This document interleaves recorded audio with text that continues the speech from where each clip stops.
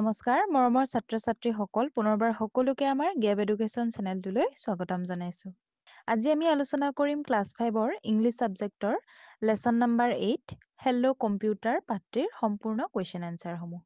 গতিকে তোমালোকে ভিডিঅ'টো সম্পূৰ্ণকৈ শেষৰলৈকে চাই যাবা। এতিয়া চাওঁ আহা আমি এক্টিভিটিছৰ কোৱেশ্চন আনসাৰসমূহ। নাম্বাৰ 1 টো চোৱা complete the sentences with the words given in the bag. তলত দিয়া বেগটোত থকা শব্দকেইটাৰ পৰা আমি তলৰ বাক্যসমূহ সম্পূৰ্ণ কৰিব লাগে। is done for you এটা তোমালোকৰ বাবে কৰি দিয়া আছে। এতিয়া ফাৰ্ষ্টটো চোৱা I have keys তলত আছে I am a dress কি হ'ব I am a keyboard। নেক্সটটো চোৱা I have keys too ইয়াত হ'ব I am a typewriter। নেক্সটটো চোৱা I have a screen I am a dress ইয়াত হ'ব I am a monitor। তাৰ পিছৰটো চোৱা I have a screen too I am a dress ইয়াত হ'ব I am a television। I have a long tail ইয়াত হ'ব I am a mouse। I have short tail ইয়াত হ'ব I am a mouse too। এটা 2 number কুৱেশ্যনটো চোৱা circle the word hidden in the grid one is done for you তলত এখন shirt দিছে সেই চাৰ্টখনৰ পৰা আমি কিছুমান ৱৰ্ড পাম আৰু সেই ৱৰ্ডসমূহ আমি সাৰ্কুল কৰিব লাগে। এইকেইটা মই তোমালোকক দি দিছোঁ। তাৰপিছতে 3 নম্বৰ কুৱেশ্যনটো চোৱা এটা 3 নম্বৰ কুৱেশ্যনত তোমালোকৰ A B C তিনটা দিছে। এটা নাম্বাৰ এটো চোৱা read what Anjali says about her grandfather। অঞ্জলিয়ে তাইৰ গ্ৰেণ্ডফাদাৰৰ বিষয়ে ককাকৰ বিষয়ে কি কৈছিলে সেই কথাখিনি আমি পঢ়িব লাগে। এটা তাই অঞ্জলিয়ে কোৱা কথাখিনি পঢ়া My grandfather's name is Mohan Gohain. অঞ্জলিয়ে কৈছে যে মোৰ ককাৰ নাম হৈছে Mohan Gohain. He is 5 feet and 7 inches tall। তেখেত 5 ফুট 7 ইঞ্চি ওখ হয়। He has gray hair। তেখেতৰ চুলিখিনি কেনেকুৱা grey colour and wears glasses আৰু তেখেতে চশমা পিন্ধি থাকে। He is 70 years old। তেখেতৰ বয়স কিমান 70 বছৰ। He writes books and is learning to type his book on a computer। তেখেতে কিতাপ লিখে বুলি কৈছে and is learning to type his books on a computer। তেখেতৰ কিতাপবিলাকত কম্পিউটাৰৰ বিষয়ে আমি জানিব পাৰোঁ। My grandfather also loves to watch the TV। মোৰ ককাই টিভি চাইও ভাল পায়। His favorite programs are daily news on local channels। তেখেতৰ ফেভাৰিট চেনেল প্ৰগ্ৰেমবিলাক হৈছে তেখেতে কি চাই নিউজ চাই লোকেল চেনেলবিলাকৰ প্ৰতিদিনে তেখেতে বাতৰিসমূহ চায়। He also watches programs in animals history and sciences। তেখেতে টিভিত ইয়াৰ উপৰিও কি চাই এনিমেলছ হিষ্ট্ৰী এণ্ড চায়েন্সেছ প্ৰগ্ৰেমবিলাক চায়। He has a radio too। তেখেতৰ এটা ৰেডিঅ' আছে। He loves to listen to music on it। আৰু তেখেতে ৰেডিঅ'ত গান শুনি ভাল পায়। He is also a recipient of the সাহিত্য সুৰভি এৱাৰ্ড। আৰু তেখেতে সাহিত্য সুৰভি এৱাৰ্ডো পাইছে। এতিয়া নাম্বাৰ বিটোত দিছে নাও কমপ্লিট এতিয়া এইখিনি সম্পূৰ্ণ কৰা। নাম্বাৰ এইটো চোৱা মোহন গোহাঁই ইজ ড্ৰেছ টল। আমি মোহন গোহাঁই কিমান পাইছিলোঁ ওখটো 5 feet and 7 inches। এইটো খালী ঠাইত পূৰ কৰিবা। নাম্বাৰ বিটো চোৱা হি ৱেৰ্ছ তেখেতে কি পৰিধান কৰিছিলে গ্লাছেছ তেখেতে চশমা পিন্ধিছিলে। হি লভছ টু ৱাচ তেখেতে কি চাই ভাল পাইছিলে ইয়াতে ড্ৰেছত লিখিবা TV. He loves to watch TV. He loves to listen ড্ৰেছ ইয়াত হ'ব ৰেডিঅ' তেখেতে ৰেডিঅ' শুনি ভাল পাইছিলে। He is also' a recipient of কি পাইছিলে সাহিত্য সুৰভি এৱাৰ্ড। নাম্বাৰ এফটো চোৱা a person who writes stories articles etcetera is called a যিজন ব্যক্তিয়ে নেকি ষ্টৰিজ লিখে আৰ্টিকলছ লিখে তেখেতক কি বুলি কোৱা হয় এজন ৰাইটাৰ বুলি কোৱা হয়। ইয়াতে খালী ঠাইত লিখিবা ৰাইটাৰ। এতিয়া 3 নম্বৰ চি কুৱেশ্যনটো চোৱা complete the following pages by giving information about yourself. মানে তলৰ পেজেছটো কমপ্লিট কৰা তোমাৰ নিজৰ তথ্যসমূহ দি বুলি কৈছে। এতিয়া তুমি ইয়াতে তোমাৰ নিজৰ বিষয়ে লিখিব লাগে।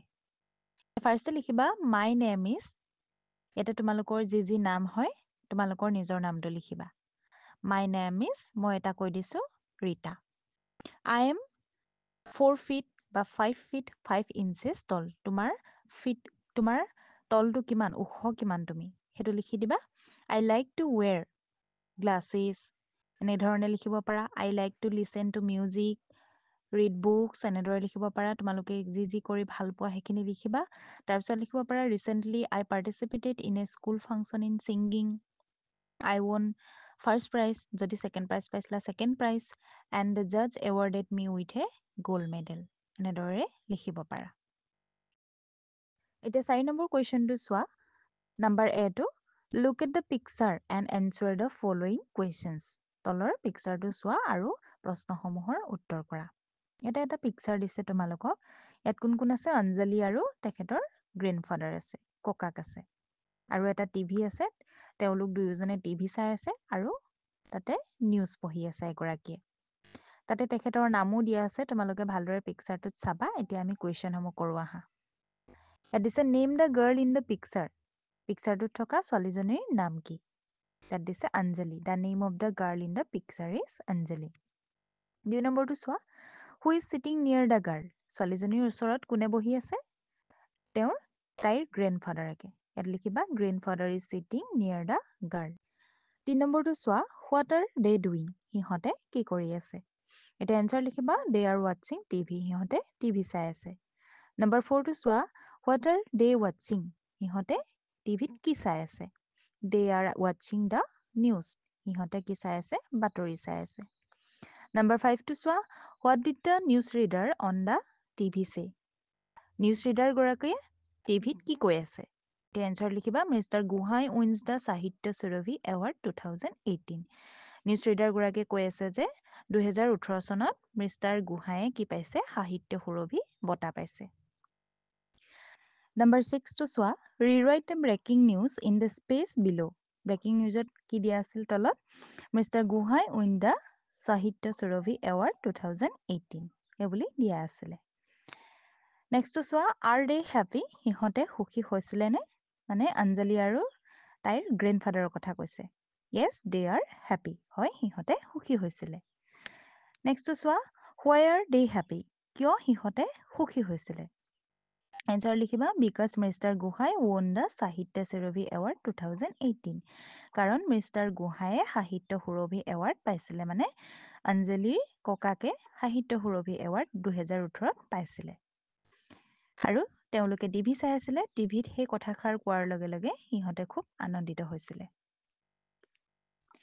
এতিয়া 4 নম্বৰ বিটো চোৱা now make a short paragraph with the answers you have written এতিয়া কি কৰিব কৈছে তোমালোকে যিবিলাক এনচাৰ লিখিলা 4 নম্বৰ এটোৰ এনচাৰবিলাক সেই এনচাৰবিলাক লগ লগাই এটা পেৰাগ্ৰাফ লিখিব লাগে you can use the joining words and with so' etcetera লগতে আমি কি ইয়াতে লগাব পাৰোঁ এণ্ড উইথ চ' এইকেইটা আমি ব্যৱহাৰ কৰিব পাৰোঁ পেৰাগ্ৰাফটো মানে বনাওঁতে এতিয়া পেৰাগ্ৰাফটো লিখিবা Anjali is sitting on the sofa ৱাটছিং the news with her grandfather and the news reader said that mister Gohain won the Sahitya Surabhi award 2018 etcetera so' they are very happy এতিয়া 5 নম্বৰ কুৱেশ্যনটো চোৱা the school playground of Madhupur L P school was crowded with people mister Mohan Gohain recipient of the Sahitya Surabhi award for his flying high was invited for a public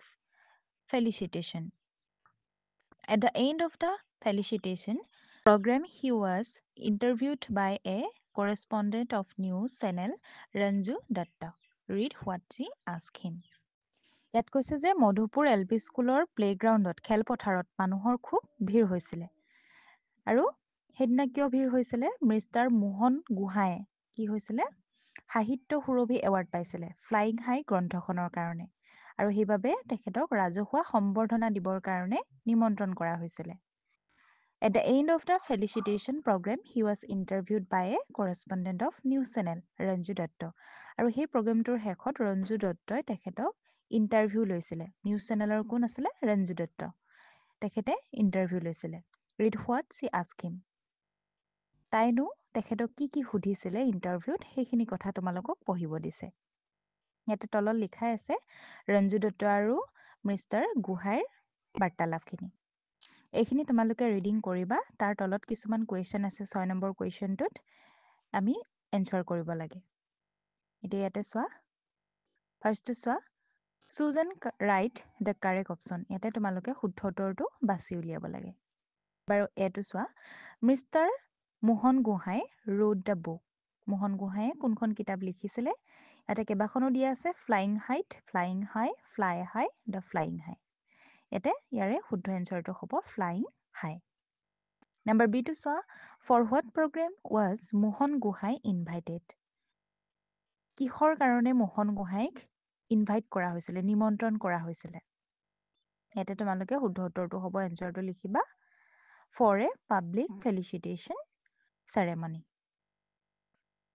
ৰাজহুৱা সম্বৰ্ধনা অনুষ্ঠানৰ কাৰণে তেখেতক মতা হৈছিলে এইটো অপশ্যন 2 নাম্বাৰ চিটো চোৱা name of the award that Mohan Gohain won Mohan গোহাঁয়ে এৱাৰ্ড পোৱা নামটো কি হৈছিলে কি এৱাৰ্ড পাইছিলে সাহিত্য সুৰভি এৱাৰ্ড ইয়াতে নাম্বাৰ 4টো শুদ্ধ নাম্বাৰ ডিটো চোৱা how many books has mister Gohain written mister গোহাঁয়ে কিমানখন কিতাপ লিখিছিলে ইয়াতে আছে 8 7 6 4 ইয়াতে শুদ্ধ এনচাৰটো হ'ব নাম্বাৰ 3 টু 6 ছখন লিখিছিলে এতিয়া নাম্বাৰ ইটো চোৱা where do we click to download N attachment এতিয়া নাম্বাৰ ইটোৰ শুদ্ধ এনচাৰটো হ'ব অন ডাউনলোড এইটো নাম্বাৰ 3টো এতিয়া 7 নম্বৰ কুৱেশ্যনটো চাওঁ আহা ইয়াতে দিছে ৰিড মানে আমাক পঢ়িব কৈছে তলত লিখা বাক্যকেইটা ইয়াতে তোমালোকক কিতাপ এখনত আঁকি ইয়াতে কিছুমান বাক্য দিয়া আছে সেইখিনি পঢ়ো আহা এতিয়া electronic mail is a process of sending and receiving message over the internet ইয়াত কৈছে যে ইলেক্ট্ৰনিক মেইল হৈছে ইণ্টাৰনেটৰ যোগেদি ইণ্টাৰনেটৰ জৰিয়তে বাৰ্তা গ্ৰহণ কৰা বা প্ৰেৰণ কৰা এটা প্ৰক্ৰিয়া in order to use your email you must have an email address যদি তুমি ইমেইল ইউজ কৰিব বিচাৰা তেতিয়া তোমালোকে কি কৰিব লাগিব নিজৰ এটা ইমেইল এড্ৰেছ থাকিব লাগিব an email address is not similar to a postal address email address যিটো থাকে সেই এড্ৰেছটো পোষ্টেল এড্ৰেছৰ লগত নিমিলে an email address does not contain the name of the place or a pin code email এড্ৰেছত কোনো ধৰণৰ আমাক পিনক'ড নালাগে বা নিজৰ ঠাইডোখৰৰ নাম প্ৰয়োজন নহয় it is written in one line only ইয়াত মাত্ৰ এটা লাইন লিখিলেই হয় ইজ নট ইট ইণ্টাৰেষ্টিং এইটো কোনো ধৰণৰ ইণ্টাৰেষ্টিং হয়নে সুধিছে এতিয়া 8 নম্বৰ কুৱেশ্যনটো চাওঁ আহা rewrite the sentences by replacing the underline words with she he it or they এতিয়া তলত দিয়া বাক্যকেইটাত যিকেইটাত আণ্ডাৰলাইন দিয়া আছে যিকেইটা ৱৰ্ডত আণ্ডাৰলাইন দিয়া আছে সেইকেইটা আমি চি হি ইট অৰ দে এইকেইটা ব্যৱহাৰ কৰি পুনৰ লিখিব লাগে নাম্বাৰ এইটো চোৱা I have a computer I like to draw on the computer ইয়াত দ্য কম্পিউটাৰত আণ্ডাৰলাইন দিয়া আছে গতিকে আমি ইয়াৰ ঠাইত দ্য কম্পিউটাৰৰ ঠাইত কি দিম ইট দিম I like to draw on it number বিটো চোৱা Anjali can send emails over the internet Anjali can also' buy through a computer ইয়াতে অঞ্জলিটো ড্ৰেছ দিয়া আছে গতিকে অঞ্জলিৰ ঠাইত আমি কি দিম চি এতিয়া নাম্বাৰ চিটো চোৱা নাম্বাৰ চিটোত ক'ত আণ্ডাৰলাইন দিয়া আছে ৰঞ্জু এণ্ড অঞ্জলিত দিয়া আছে গতিকে আমি ৰঞ্জু এণ্ড অঞ্জলিৰ ঠাইত কি দিম ডি আকৌ নাম্বাৰ ডিটো চোৱা ইয়াতে দিছে Anjali's grandfather is a writer Anjali's grandfather writes books ইয়াতে অঞ্জলিছৰ ঠাইত আণ্ডাৰলাইন দিয়া আছে গতিকে আমি ইয়াতে হাৰ লিখিম হাৰ গ্ৰেণ্ডফাদাৰ ৰাইটছ বুকছ এতিয়া 9 নম্বৰ কুৱেশ্যনটো চোৱা write two sentences for each picture ইয়াত কৈছে যে প্ৰতিটো পিকচাৰৰ কাৰণে দুটা দুটা বাক্য লিখা use the word in bold এতিয়া ফাৰ্ষ্ট পিকচাৰটো চোৱা ফাৰ্ষ্ট পিকচাৰটোত কি দেখিছা এজনী ছোৱালীয়ে কম্পিউটাৰ চাই আছে তাৰে যদি আমি বাক্য লিখিবলৈ হয় তেতিয়া লিখিব পাৰা computer in an electronic device আৰু এটা লিখিব পাৰা we can write emails on the computer তাৰ নেক্সটটো চোৱা ল'ৰাটোৱে মোবাইল চাই আছে গতিকে আমি মোবাইল ফোনৰ বিষয়ে লিখিব পাৰোঁ you have a mobile phone লিখিব পাৰা you can send SMS by mobile phone তোমালোকে নিজেও বাক্য বনাব পাৰা এতিয়া 3 নম্বৰ পিকচাৰটো চোৱা ইয়াতে টিভি চাই আছে গতিকে ইয়াতে লিখিব পাৰা I have a colouring TV I watch cricket on TV একেবাৰে লাষ্টৰ পিকচাৰটোত আছে এটা ৰেডিঅ'টো সিহঁতে শুনি আছে ইয়াত লিখিব পাৰা radio' is an audio' aid I listen to the news on the radio' গতিকে এইখিনিয়ে আছিল তোমালোকৰ আজিৰ অধ্যায়টোৰ প্ৰশ্নৰ উত্তৰসমূহ। ছাত্ৰ ছাত্ৰীসকল, ইয়াৰ উপৰিও যদি তোমালোকে অন্য ছাবজেক্টসমূহৰ কুৱেশ্যন আনচাৰসমূহ বিচাৰিছা তেন্তে আমাৰ চেনেলত দিয়া আছে, তোমালোকে চাব পাৰিবা।